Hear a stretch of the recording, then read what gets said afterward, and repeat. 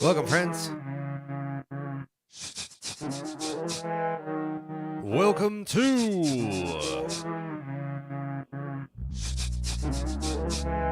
today's Reconsider It live stream. live stream you're gonna see all day.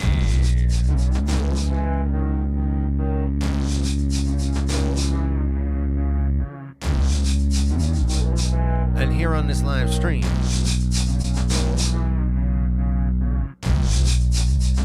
you are going to get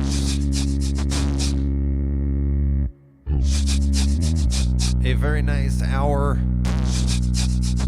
of some vocals only live looping beat making on these RC505 loop stations.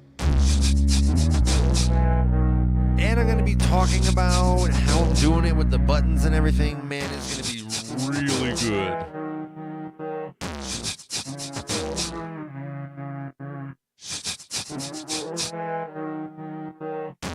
My regulars know what it is.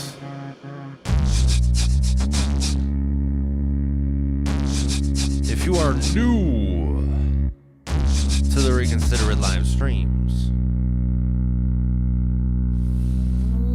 welcome!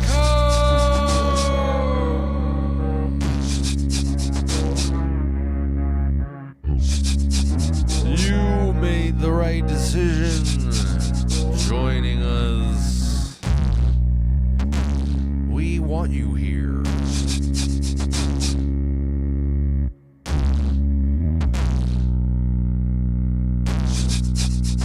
Right now with us we have the man, George Cheese.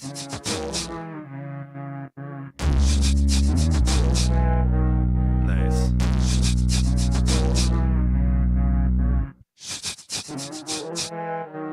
At this time, my friends, we are in a warm-up phase. We are just getting the blood flowing, getting comfortable, getting ourselves situated, getting ourselves ready to go. And here in this warm-up phase, I need to celebrate. I need to celebrate you.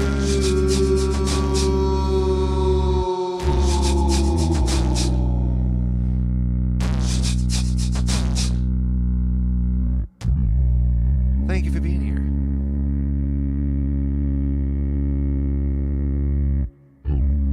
Whether you are here with us live in the chat, like our friend Marco, or you are here with us live but you are not in the chat, or you are here with us after the live, watching on replay. However it is that you are here with us, thank you for being here. I'm going to celebrate you at this time in this way. I have got my drink. I'm going to count up to 3, and I'm going to clink the screen. Man, it's going to be so good. You are invited to join the rest of us as we cheers along and celebrate our togetherfulness. 1. Whoa, that was the... Oh my goodness. 2. Wow, this is very exciting. I'm gonna reach it very soon. Here we go, my friends. Clink. Cheers, my friends.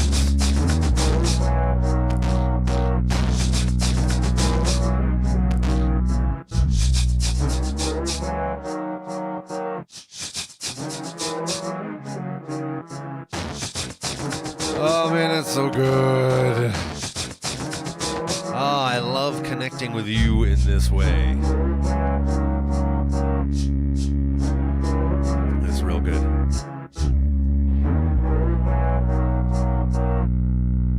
Please like this video.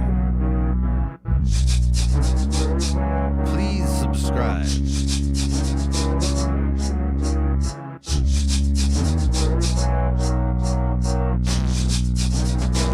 I could use some subs.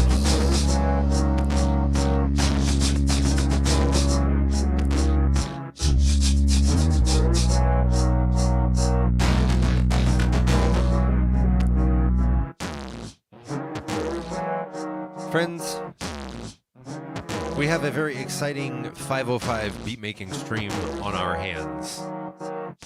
What a exciting thing.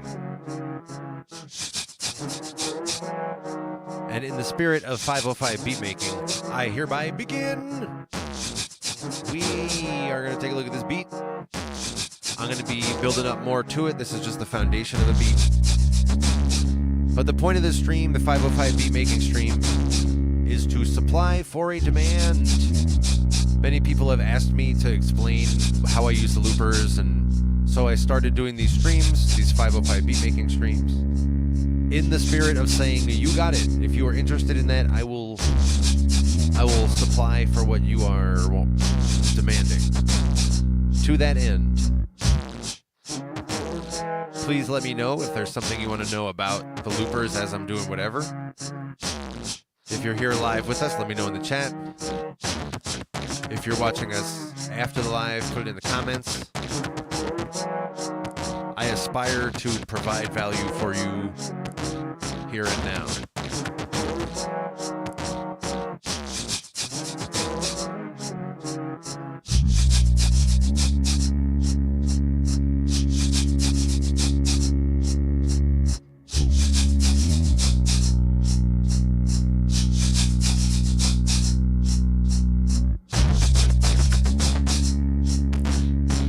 So beginning this particular episode, let's get into how I made this foundation of a beat. I'll explain each layer. This will be really helpful if you are wanting to see how to get started with one of these 505s. Everything I'm going to share on this stream will give you a starting point. Be like, I don't know which end is up. What could I do? Well, I'm going to give you some settings that can get you started, and then you'll do something cooler from there. Of course, if you're already a 505 artist, you're just going to get someone else's approach, which is going to expand your approach, and you're going to become a doper artist also.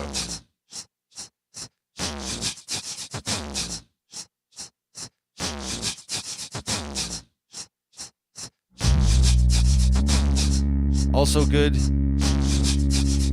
if you just like learning about gear, or you just want to hang out because you like hanging out with me.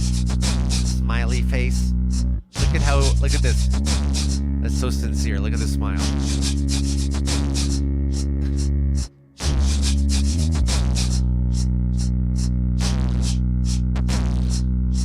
So how did I make this foundation of a beat that I have so far?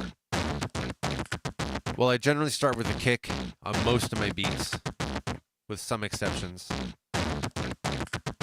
If you were with us when we did our Loops and Chill streams, used to do Loops and Chill exclusively for many months. Every Loops and Chill episode, there was one beat in there that was the minimal percussion beat. That one I didn't start with kick drums, but most of my beats I do, including this one. This one, when I started making this earlier, before the stream started, I started with this layer here. And this is not me doing some kind of awesome acapella thing. All I'm doing is something like this. Something like that. Very, very simple. Not the, world famous, awesome, sound effects, acapella beatboxers, professional beatboxers. No, I'm just doing some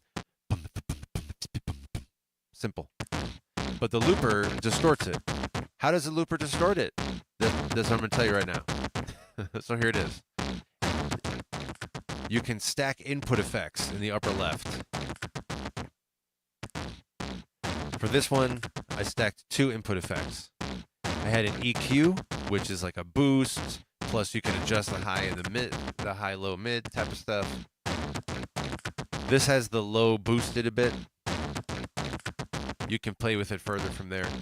So starting with an EQ, and then I passed the EQ into a vocal distortion. And that took that into this. So you can do that too, if that's helpful for you. EQ and then a vocal distortion.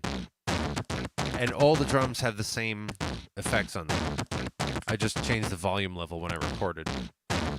I have a second kick layer, which is really handy for changing up the mood of the beat, especially as I do a stream for a whole hour.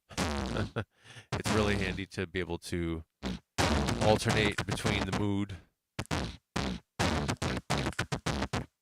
Then, of course, I have this, what do you say, shaker. This here is just, that's just a few layers of me saying tss, tss, tss, tss, like that, or shh, shh, shh. Nothing special. It even sounds pretty raw. Got a second layer of that as well. These are panned. My regulars know that I keep my second, on both loopers I do this, I keep my center panned element in the center of the looper. And then to the left and right is a little bit panned left and right and farther panned left and right. And that's true right now for these, whatever you call this thing, a kind of a hi-hat type of thing. A steady metronome. And then the more stylistic one, those are the far left and right. And then the ones that are just a little left and right, that's the kicks. And by the way, I didn't say it on this stream, but anytime you listen to my looper content, it's best consumed with some decent noise-canceling headphones like this. At this time, you are caught up on all the drums. I still have to make a clap snare. It's just going to be like, but I'm going to go put on the EQ and the vocal distortion quick, and I'm going to add this in. While I add that in, I'm also going to bring back in the bass layer. Oh man, that's really dope. And then I'm going to come back and talk more.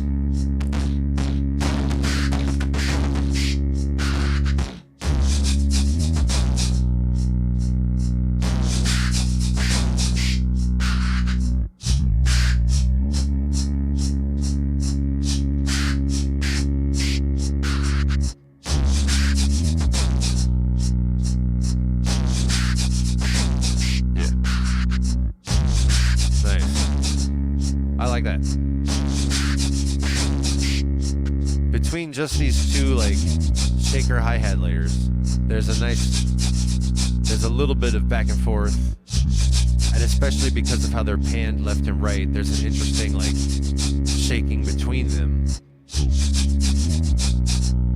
But bringing that in is nice too. There you go. It was actually accidentally a little bit to the left. Yeah, the panning is actually off on this. Hold on. The panning method I just described earlier. There we go. Yes. It was on. Oh, now it's in place. This is a new panning method for this lower looper.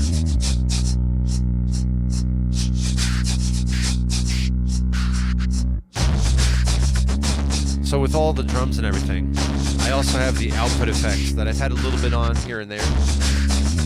So far I've only used this first one in delay. And you can hear the effect of the drums. It's really nice. I only recently discovered that I could do this effect here. Like I knew I had a delay, but to give it this kind of like, I don't even know how to describe it. But just like very tight delay. Flange almost. It's a very, very tight delay. It's 23 milliseconds.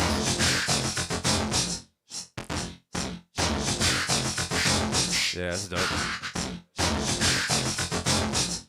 Up until I just recently discovered that, I always use the delay more just like, you know, a eighth note or a half note or something. Like a well-metered delay. But now I discovered this. This is a very, very tight delay. I like it.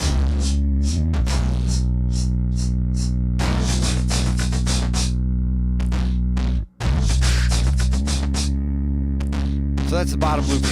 You now are caught up on everything on the lower looper here. How I did all of it.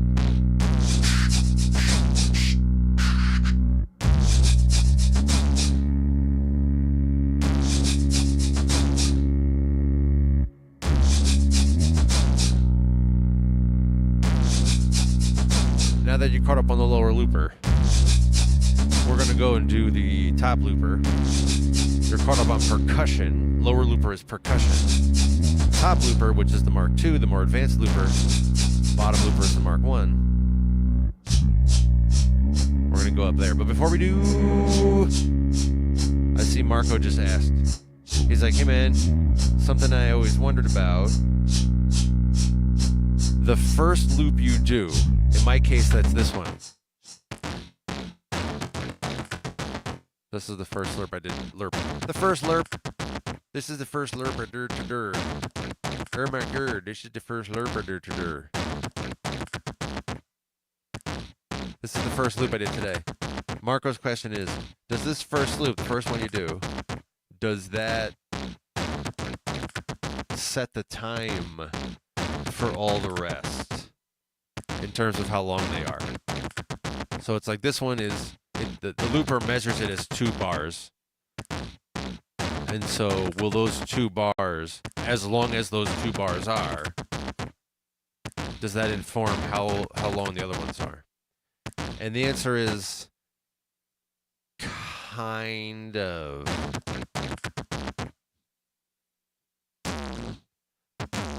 Kind of is the answer. Does that address your question? Here's how that works. It is possible to have the loops be, you know, some arbitrary amount. You could, each individual loop. So in my case, I have 10 loops across all my loopers. All my loopers. Across both my loopers. I have 10 loops across both my loopers. And each of them can be configured independently in the way that I'm about to describe.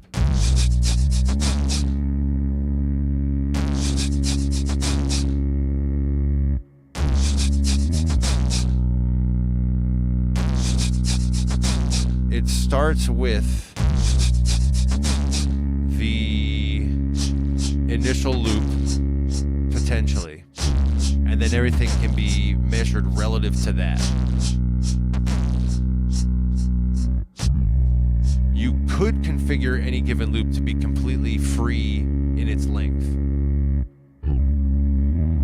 I personally don't have any use cases for that, for a total free form. That would only be useful if you're doing a different kind of looping from what I do. My looping is pretty structured. But if you're doing something extraordinarily freeform and you want to have everything a different length and they loop at, very, very non-synchronized lengths, you can do that. You just set each one to be of what they call free length. I don't use that though. I always have my loops configured to be relative to the initial loop, exactly as Marco is bringing up.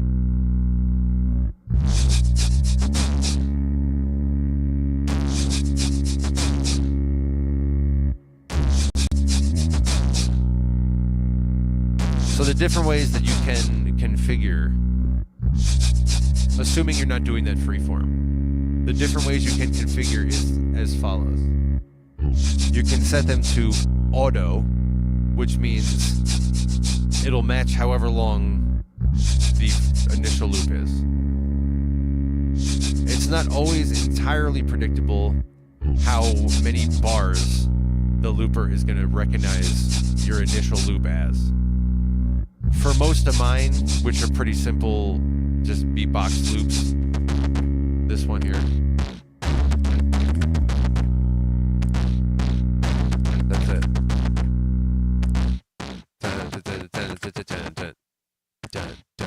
That's it. That's one loop. The looper tracks that as 2 bars. No. That's 2 bars according to the looper. And everything else is relative to that. I'm going to now share how I do my loops. But all of this is configurable. So relative to this initial kick here, I also bring in the other kick. That one is set to auto because I start with this other kick over here. This one in the second channel, second loop. I configure number 4 to be auto, this 4th loop.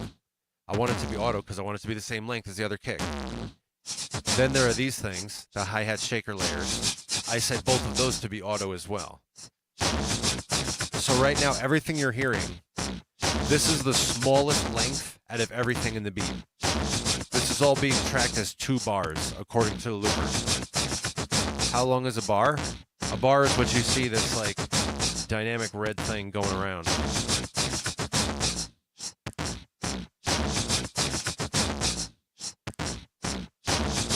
That's one of the ways that the top looper is better, I think. Because you may notice on the top looper that the red perimeter, I suppose, it's going at a different rate for these different loops here.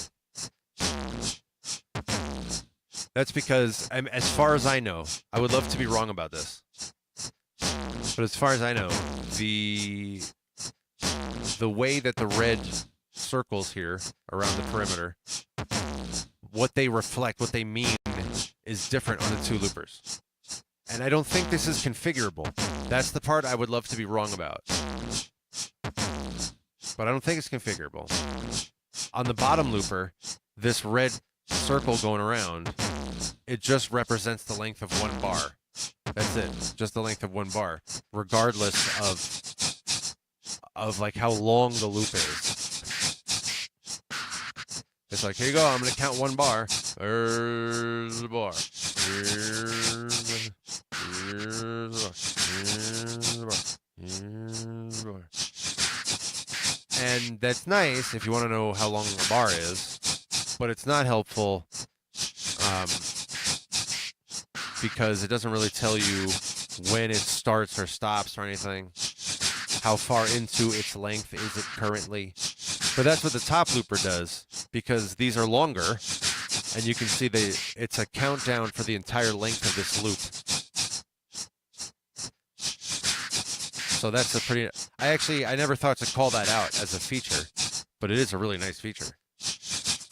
And the top looper does it way better.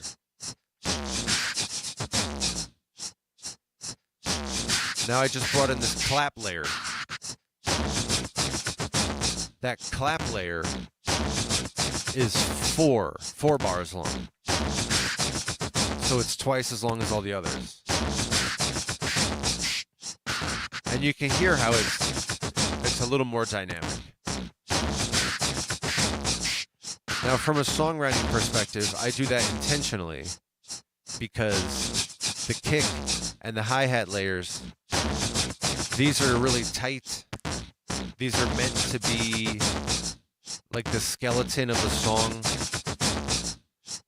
And in order to establish them firmly in your subconscious, frankly, in order for you to just like hear them and get habituated to them and then open up for something more, I'll keep them short. It's easy to dive into one of my beats.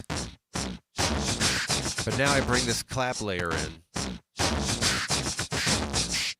and it brings a little bit of flavor. That's 4 bars long, still relative to the initial kick drum, relative to the initial loop, but it's twice as long. And that's also what's present on the top looper. This one here is also twice as long. And this one.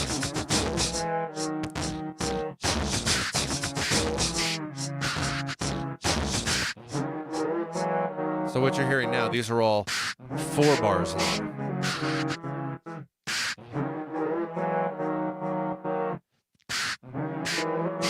So now you got 2 and 4 bars long. And then the bass line, which I'm going to talk about now, that's configured to be 8 bars long. So there's like this, you know, fanning out of length. I generally configure, you see there's these other 2 unused layers all the way to the left and right. The lights are not lit up yet. Those are generally set to be 8 on the left here and 16 on the right.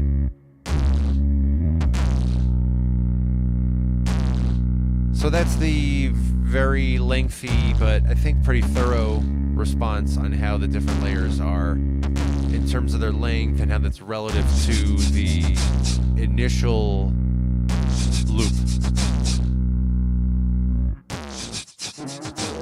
Also, I see that EM4 has joined us.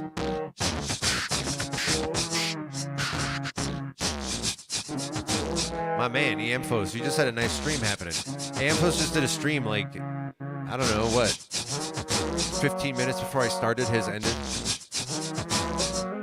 That was nice today. There was a lot of variety in that stream.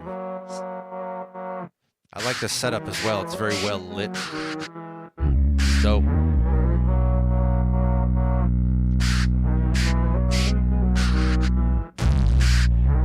EMFOS is commenting on the, or commented earlier. I'm still just getting caught up on the chat. EMFOS was commenting on the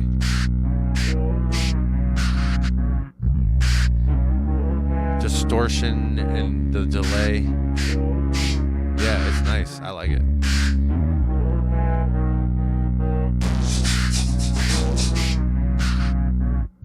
So now we have the top looper. The bottom looper is the Mark I.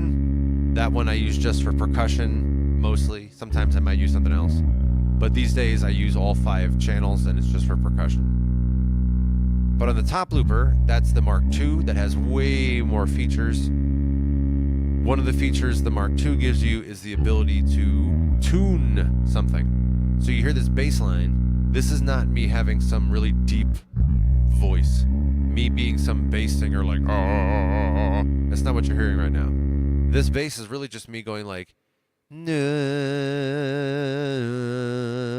something like that. And there's a feature in the Mark II, the top looper. There's a feature that takes that input, that like very mediocre singing, and just snaps it to whatever tuning you want, whatever major tuning. You could do the 12 major scales. This one is a B major, as you see on the bottom of the screen, right? Yeah, look at that. That's good. B major right there. But any of the 12 major scales. So I use the top looper for that, for things that need to be tuned in some way, such as the bass line. The bass line is actually not what I normally these days go to after I build the percussion, but I'm going to describe it first. How did I build this bass line, or this bass instrument? You can save many configurations in the Mark II on top, and each configuration you save can have up to 4 instruments. I have made my bass instrument, and then I have 3 other instruments. So how did I make this bass instrument where I just go do, but it makes it sound like a bass line? Here's how I built this one. This one was built out of the following. Starts with the effect called guitar to bass, which is what it sounds like. It just drops it a few octaves, makes it sound like a bass. Guitar to bass. That's the first input effect. The Mark II lets you put 4 input effects. Guitar to bass. Then the electric. That's the second one that I use. The electric is the tuner. That's what makes it the B major in this case. Then after the guitar to bass, electric, then the sustainer. The sustainer is a compressor. And then finally after the sustainer, it goes into the reverse reverb. And there's not a lot of reverb here. You might hear a little bit at the end of when I drop. You might have heard it right there. It's a little bit. It's all the way at the end of the, when it gets to the top here, I'll stop. You can hear it there. Similarly, when it gets near the bottom, listen for the reverb. It's very brief. Last time, listen right here. You can hear it a little. So I don't have a lot of this reverse reverb on, but it's there. And that's usually how I handle my bass lines, or my bass instruments, I should say. Usually I like to keep them a little on the cleaner side, and if I do have some kind of effect, like a reverb, or in this case a reverse reverb, if I do have any such business, I usually go pretty light on it. Not always. Sometimes I'll put a slicer on it and it's like really heavy. That can be really dope in certain songs. So that's it. You now have seen behind the curtain. You know the magician's tricks. How did I build this bass instrument? How could you do it too if you wanted to? Guitar to bass, electric, sustainer, reverse reverb. Each of those has small settings you can tinker with. How long do you want the reverse reverb to go and all of this? How much exactly do you want the sustainer to be compressing and all of this? So I'm leaving it up to you to play around with those things.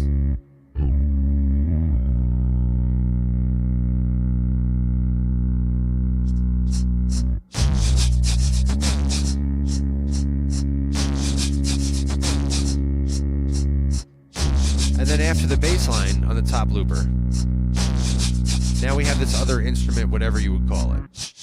This thing. I don't know what that is, but I can describe to you how I built it. This is the one that's flanking the bass left and right in the pan.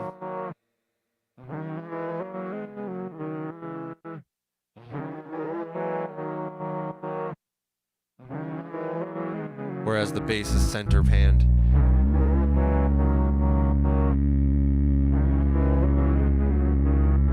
So how did I build this thing? Here's how I built this thing. Glad you asked.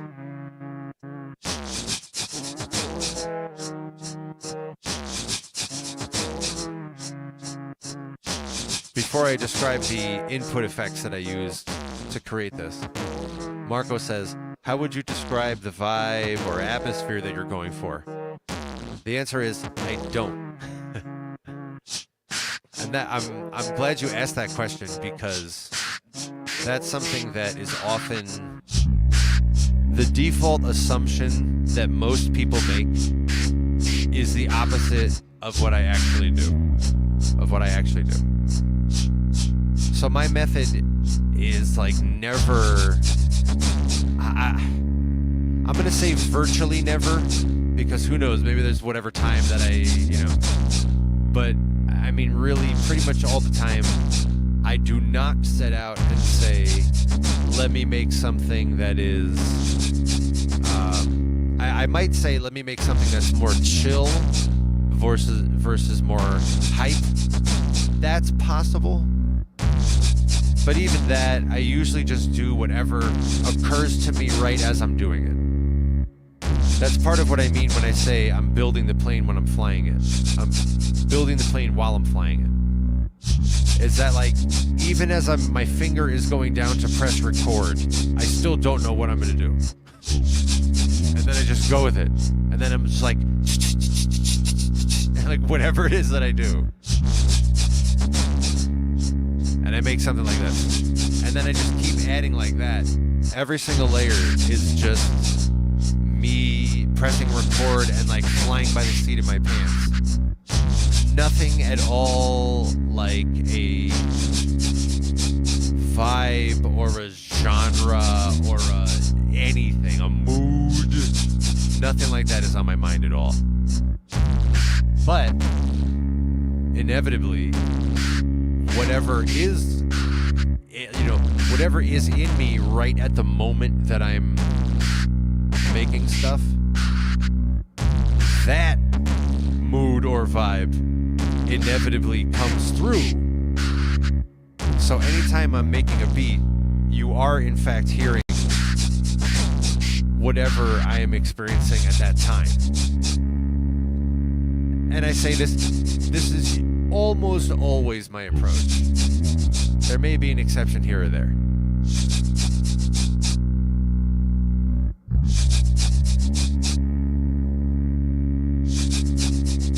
Marco says, after you get through the process of creating it, do you find that it has some kind of vibe or mood? I don't know.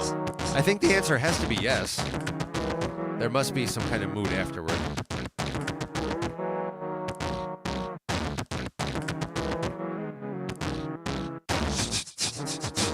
When I'm listening back through the beats that I make on these streams, I judge them at that time. And I don't judge them, you know, in any kind of hard-spirited way.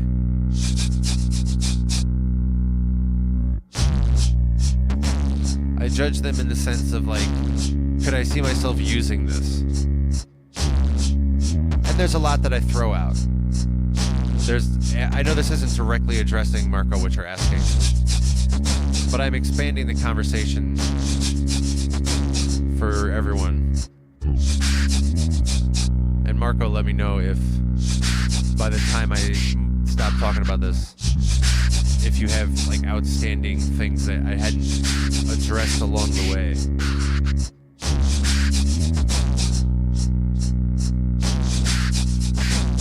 But I do listen to my beats after the streams and decide whether I'm going to use them for things. And what I'm getting at here in terms of vibe and mood, when I'm in that process, would I use this or not?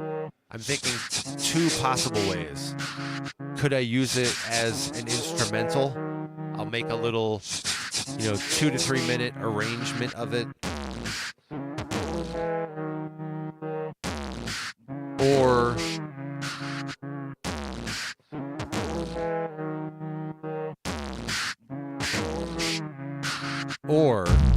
could I see myself rapping to it?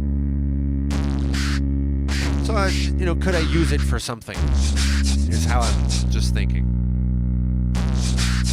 And the thing that I find is one of my strongest determining factors in that is, in fact, the vibe or mood. I'm looking for things like, clear musical tones. So that's one thing. Just I like the pure sound of it. But I also look for things like, do all of the layers cohere together and evoke something strong? Or do they make a nice, ambiance? I'm actually in the middle of a rap right now. I'm 8 bars in. And I'm just gonna write 16 bars. According to my current brilliant plans. Assuming they don't change.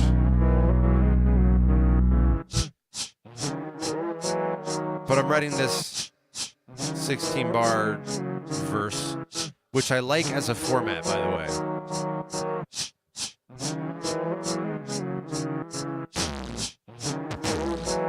And the one I'm working on now, the 16 bar verse that I'm in the middle of,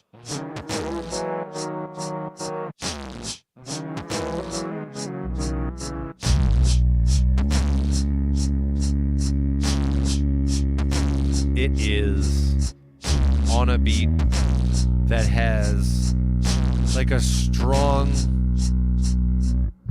clean, resolved resonance. It's more of a big, it's not ambient because it has drums and such, but it is almost ambient in a way. And I really like it. I like the whole atmosphere. I think that might be a direction I move in as I continue to evolve as an artist.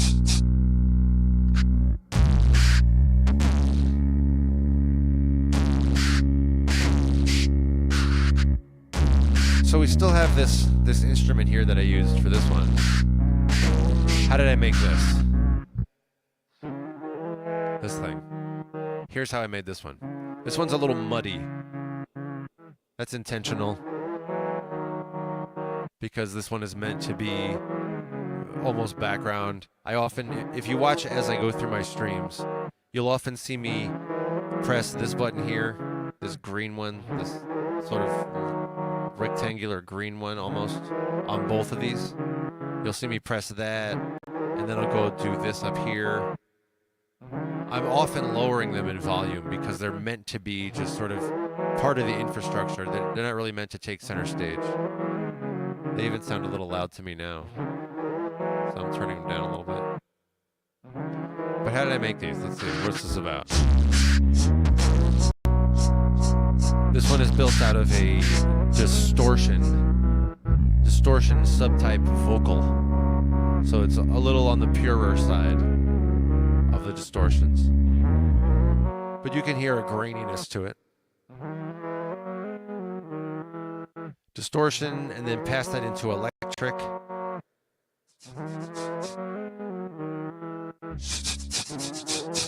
Distortion, electric, and then an auto harmonizer. The auto harmonizer you can set to unison, so there's like a duplicate layer made that is the same tone. This one is set to high. You can go unison, high, higher, and then a full octave. I'm not sure exactly what the breakdown is there.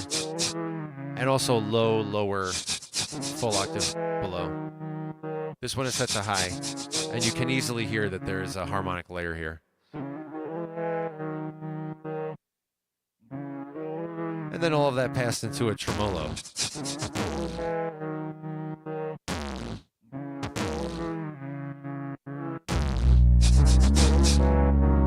Distortion, vocal subtype. Distortion, electric, auto harmonizer, tremolo.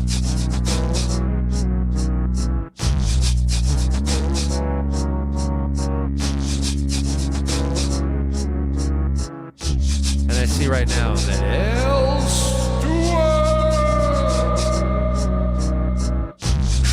has joined us. Very nice.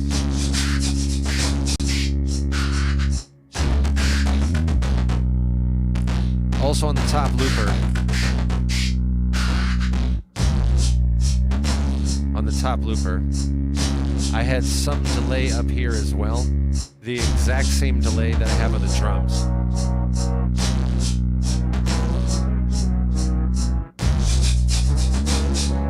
Gives it that little, like, almost flanger edge to it. 23 milliseconds is what I have it set to now.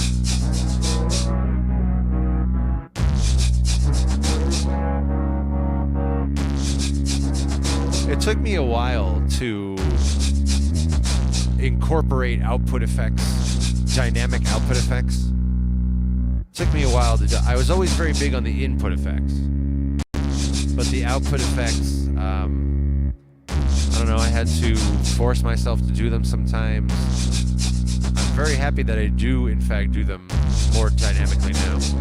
It's way better.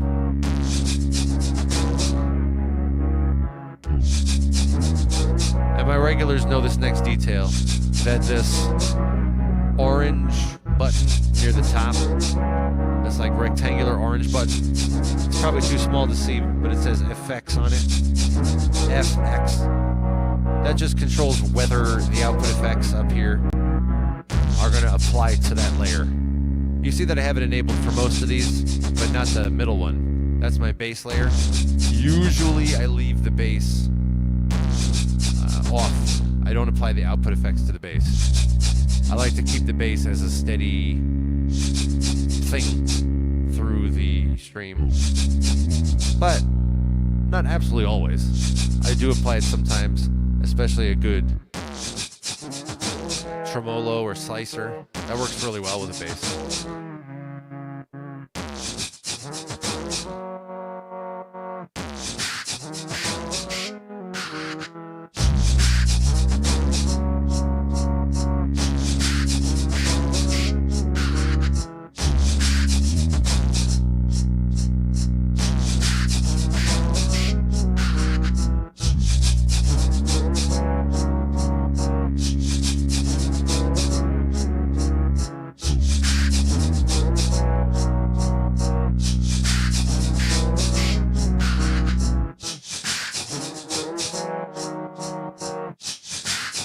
So now, at this time, you are fully caught up on this beat in every regard. And you know as well that there are 2 remaining loops here, or 2 remaining channels, whatever the best word is for them. And so I'm going to fill those in now, which is exactly what you want of me. And let's see, what am I going to do here? Oh, yes. Nice. Cool. So for this next loop that's empty, I'm going to use one of my remaining instruments. There's 2 remaining instruments that I've not yet used on this stream. And this first of the 2, here's how this one's built, so that you can build it yourself if you want to, or you just want to hear some stuff about how these effects are built. But here's how this one's built. This next one. The first element of it is called a preamp. The preamp is what it sounds like literally a physical amp you might plug your electric guitar into. An amp, and there's little settings in there that control how distorted you want it to go. But it's also like a very much a loudness, an overdriven loudness, clipping loudness type of boost. The preamp, that's what this next instrument is built out of at its core. After the preamp setting, I moved on, I had electric, that's the tuner. Then I passed it into a synth. Now this is kind of unusual for me to pair these 2 together. Normally a preamp just stands on its own and I don't add. The synth is another core instrument. I have 3 core instruments: the preamp, the synth, and the vocal, and not the vocal distortion, just distortion. The synth I use like a brass, like a trumpet. So we'll see how this goes. What am I going to get? Some kind of electric, loud, overdriven, distorted trumpet? Is that what? I'm speculating here. I tested it briefly earlier, but I don't remember what it sounds like.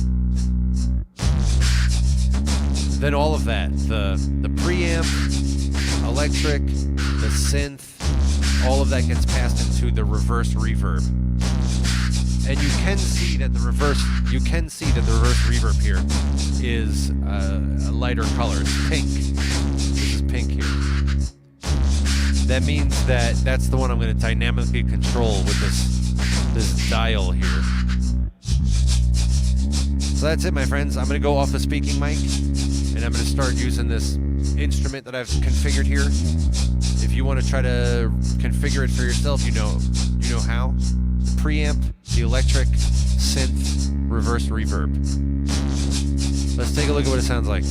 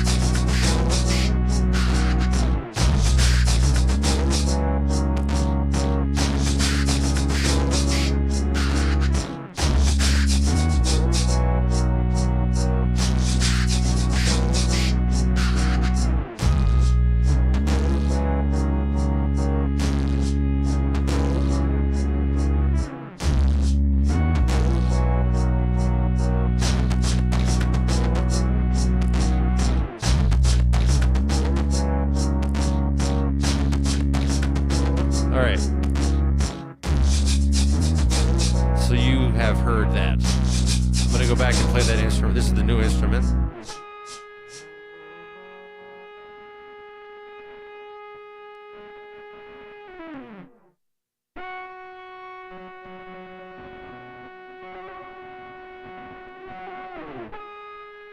One of the nice things about the synth input effect, I said I use it kind of like you'd use a brass, like a trumpet. One of the nice things about the synth is you can tweak some of the settings in there to get a nice, like, sustained tone. Because just like the bass, this instrument you're hearing here, this is not me doing some kind of cool sound effects with my voice. It's the looper. This is me just going like, literally, that's what I'm doing.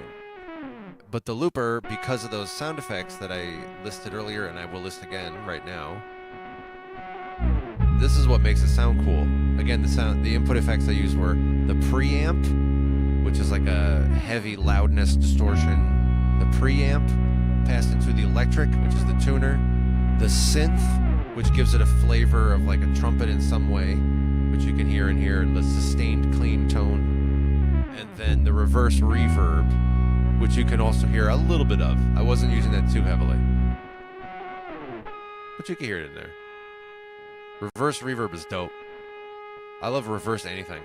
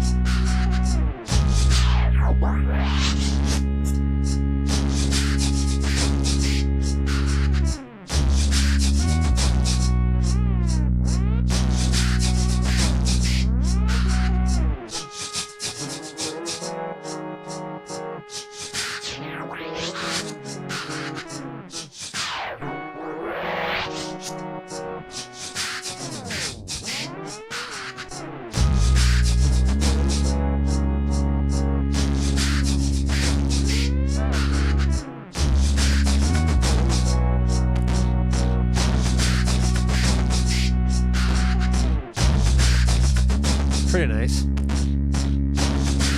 I like that.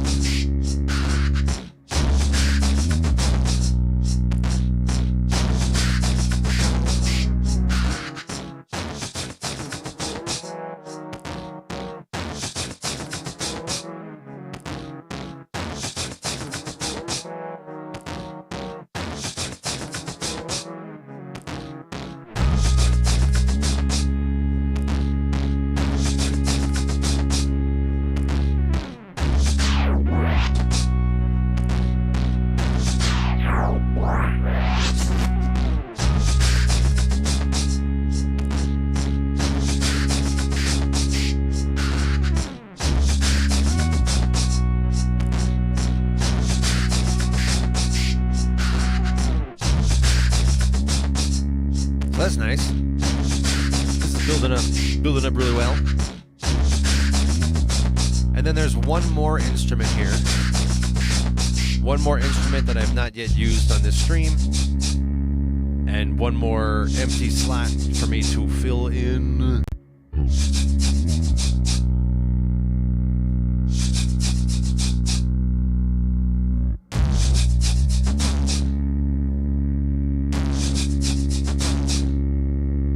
So what am I going to do for this next instrument here?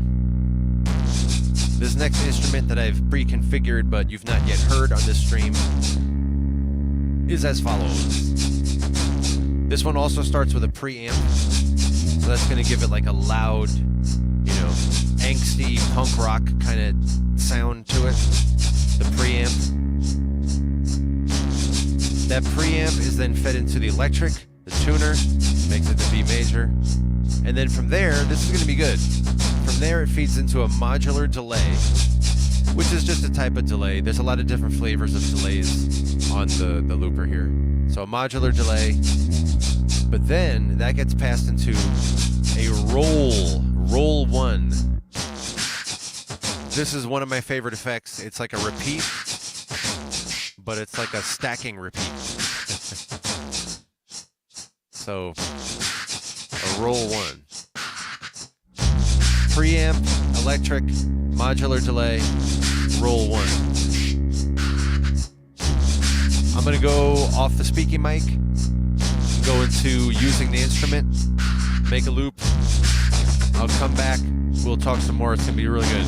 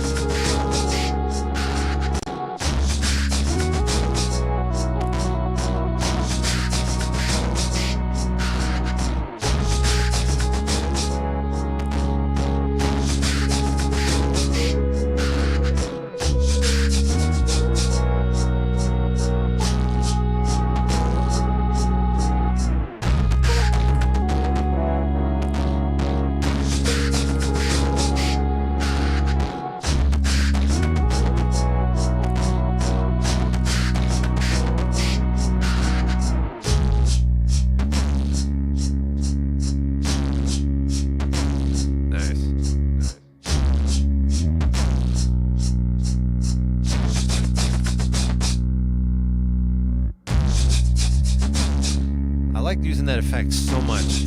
That roll 1, what gives it that stacking kind of flavor to it. So I'm going to bring that back in right here. Let's listen to this.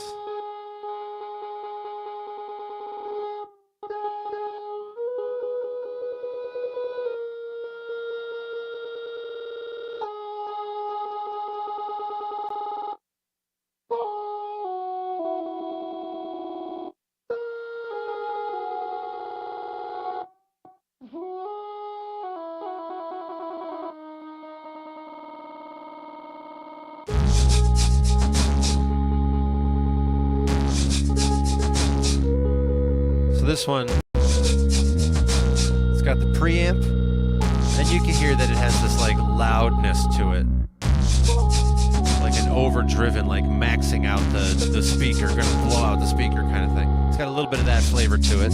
That's the preamp. Then the electric, the tuner, then the modular delay. If you listen really carefully, you can hear it get like a little, right at the beginning there, you can hear it. A little bit of like a warped, bent tone a little bit.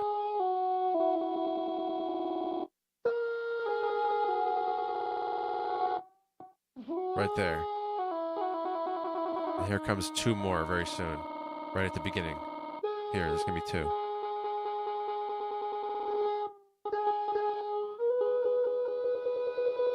So right there at the beginning there was 2. That's the modular delay. That like bending of the tone. Here, it's coming up another one. Right there. And we'll do it one more time before I bring other instruments in. This bending of the tone.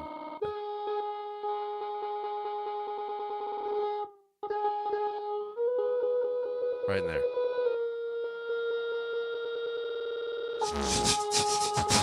That's the modular delay.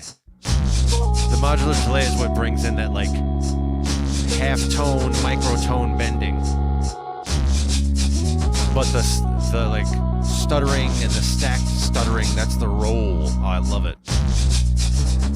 I love it so much.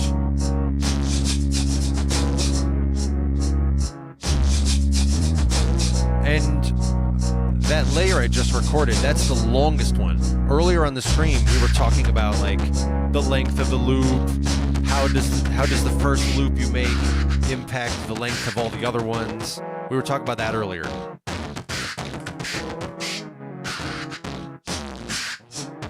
This new loop,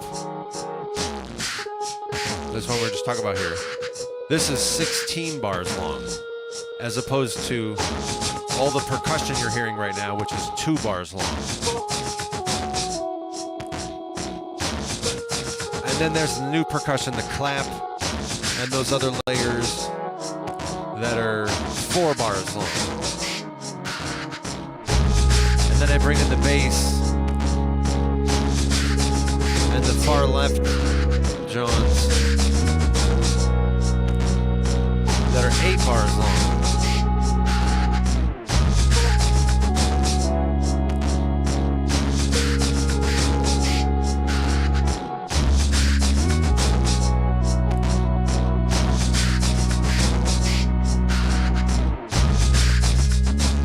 Yeah.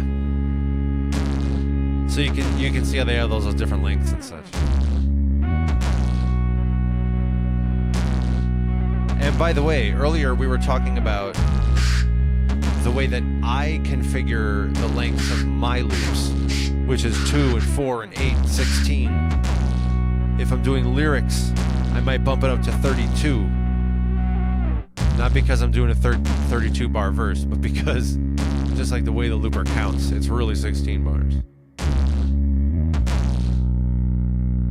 And you can go really high. Like I was going up to like hundreds and it wasn't stopping. So I don't even know if there's an upper limit. You can make very long loops, but you can also make them not multiples of 2. I do mine as multiples of 2. Keep it pretty listenable like that. But you can get into some cool polyrhythm stuff where you set one of them to be 3, or you set one of them to be 5, or some stuff like that. And so now you have this like greater synchronization. And I think I'm somehow like persuading myself to experiment with that at some point. So I might experiment with that now that I'm talking about it out loud. Marco says, can you turn down the beats per minute? You can. I'm not going to do that right now because when you do so, you can warp the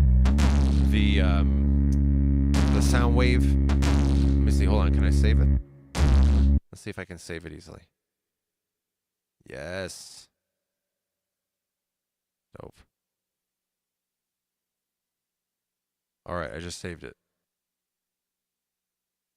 Now that I saved it, now I can mess with the beats per minute. And then I'll just go back to revert it to what it was when I saved. So yes, the beats per minute is,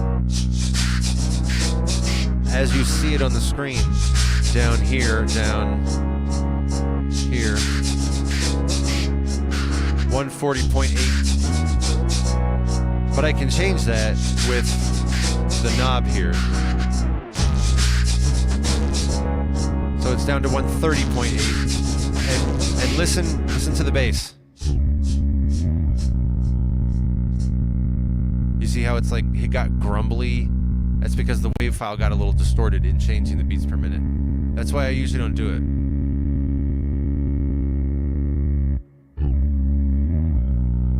I went back to the original. It sounded pretty good again, so maybe it's okay to go back. In any case, you can get, as arbitrarily slow or loud or high with the beats per minute as you want.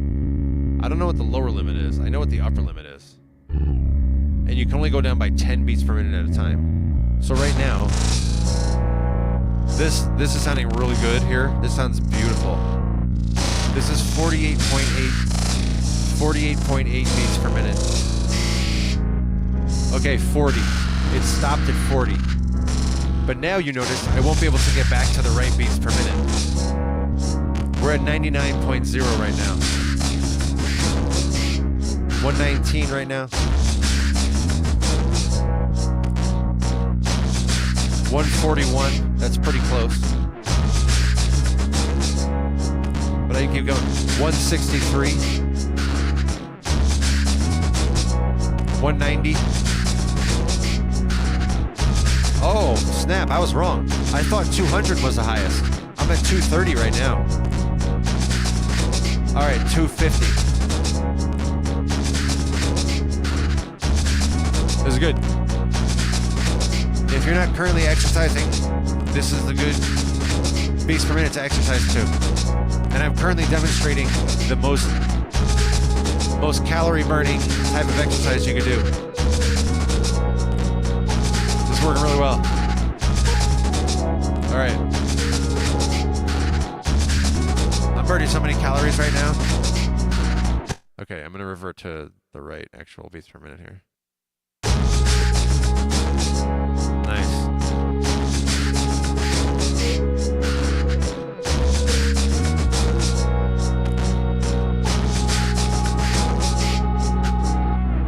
All right, good. Good. Back to the original. Glad I saved it. And speaking of which, I see that Glitchmuff is with us, which is great. This is very, very good. And Glitchmuff says, Captain, it's gonna blow. She can't take anymore. Well, good, finally.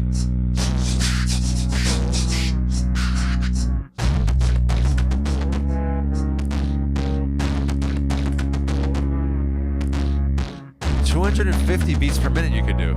I thought only 200. Sometimes I play around with the beats per minute a little bit, but I don't know. Sometimes it works really well. One of the places that it does work really well is if you don't have,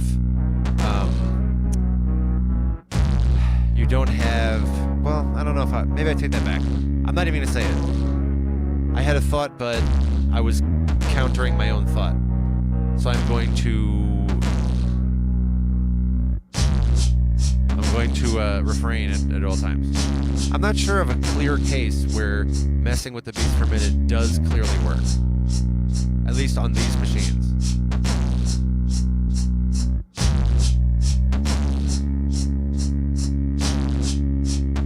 Right now, trust us.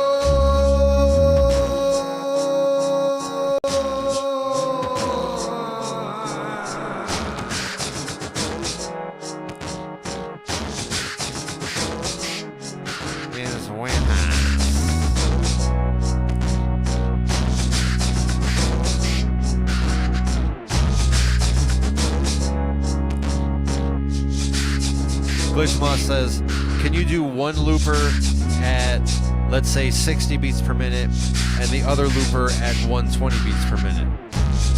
To my knowledge, that is not possible to do when you're doing a MIDI sync like I'm doing. Naturally, you could. I mean, I guess maybe this isn't naturally. Maybe I shouldn't assume that. But you would be able to just, you know, have the two loopers not MIDI synced. And then you could configure one to be having some beat at 60 or whatever beats per minute. Configure the other one to do the same, but 120. But of course, if they're not MIDI synced, then, you know, starting and stopping them is not going to work well. You're always going to be a little off. And if you want that to be part of your art, that the sync is a little off, that could be cool. I do the more like structured looping, a very clear singular beat.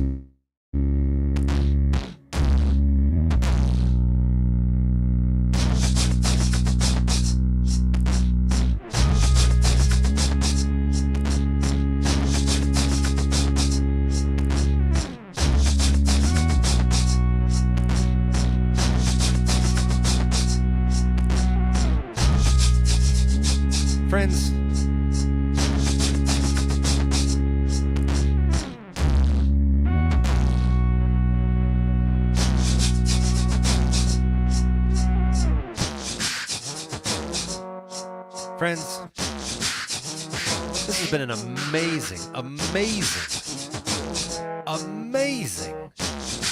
experience here with you today.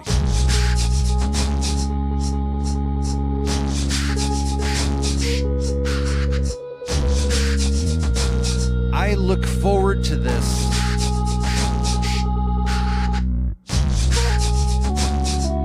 when we are not together.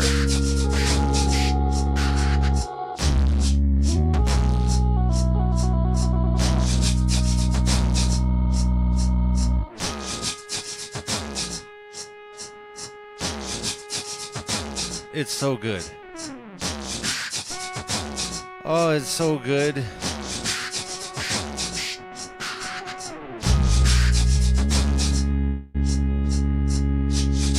Please like this video.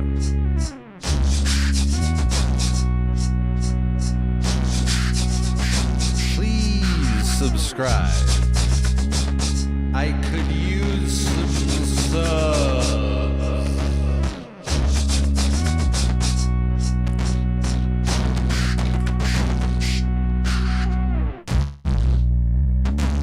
I hope to see you in the next live stream.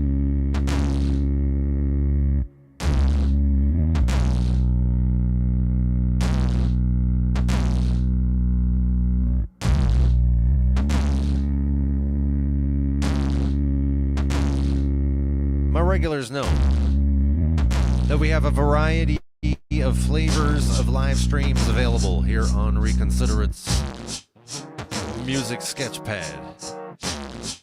Today we had the upper right, we had 505 Beatmaking, where we talk about the loopers and how am I making that sound effect and what if you did this and is that possible? This very enriching technical discussion. Join us for 505 Beatmaking. In the bottom right, we got some tinkering in the studio. Tinkering in the studio is very free form. It is the most open of all streams. We got the loopers, still doing vocals only. We got the synthesizer coming in. We got the Hydrosynth. We talk about all sorts of stuff depending upon what you put in the chat. Come join us for tinkering in the studio. In the lower left, we got some unspoken. Unspoken, you got the loopers and the synthesizer, but no talking at all. No speaking the whole time. Perfect for your instrumental needs. Join us for unspoken. In the upper left, we got Loops and Chill. Loops and Chill is fully improvised. But it looks like this well-rehearsed show of 5 or 6 songs. No, it's all improvised. The beats, how I arrange it, the way I put a little cool spin on it there and a nice little climactic part of the song, that's all improvised. Join us for Loops and Chill.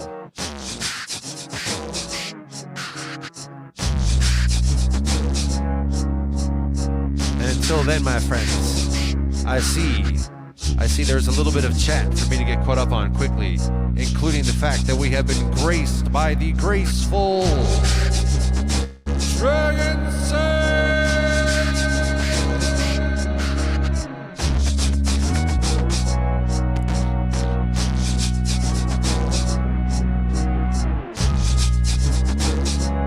as well as everyone's very close friend,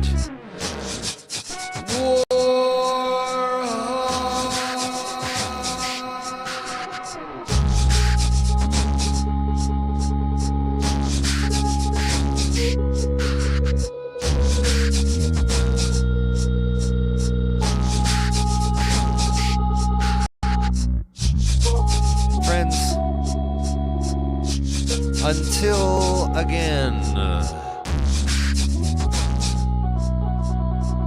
we meet.